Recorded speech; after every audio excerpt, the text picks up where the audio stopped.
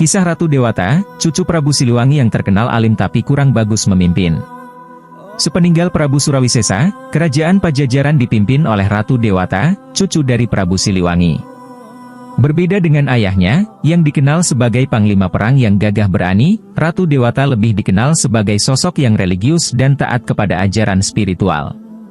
Ia menjalankan berbagai ritual keagamaan, termasuk upacara sunatan dalam adat pra-Islam serta menjalani tapa puah susu, yaitu hanya mengonsumsi buah-buahan dan susu sebagai bentuk laku spiritual. Namun, kelemahannya dalam memahami politik dan strategi pemerintahan membuatnya kurang efektif dalam menjaga kestabilan kerajaan. Hal ini diperburuk dengan semakin besarnya ancaman dari Kesultanan Banten yang dipimpin oleh Maulana Hasanuddin.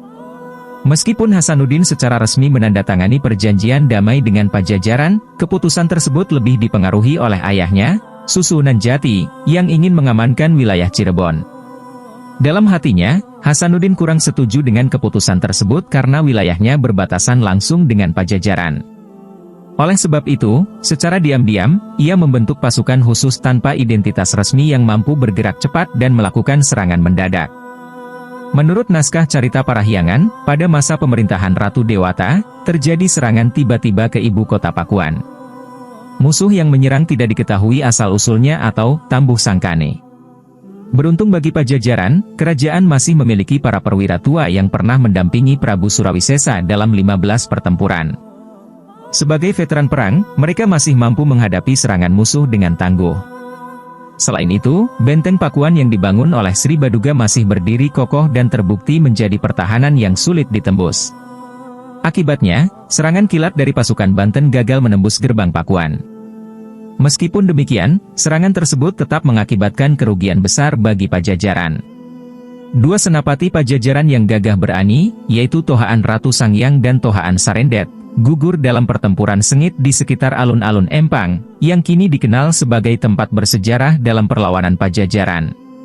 Menyadari kegagalan mereka dalam menaklukkan ibu kota, pasukan penyerbu kemudian bergerak ke wilayah utara dan menghancurkan berbagai pusat keagamaan di Sumedang, Ciranjang, dan Jayagiri.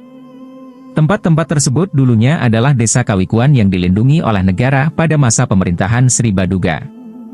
Sikap Ratu Dewata yang lebih fokus pada spiritualitas dan bertapa dianggap tidak sesuai dengan norma kepemimpinan saat itu.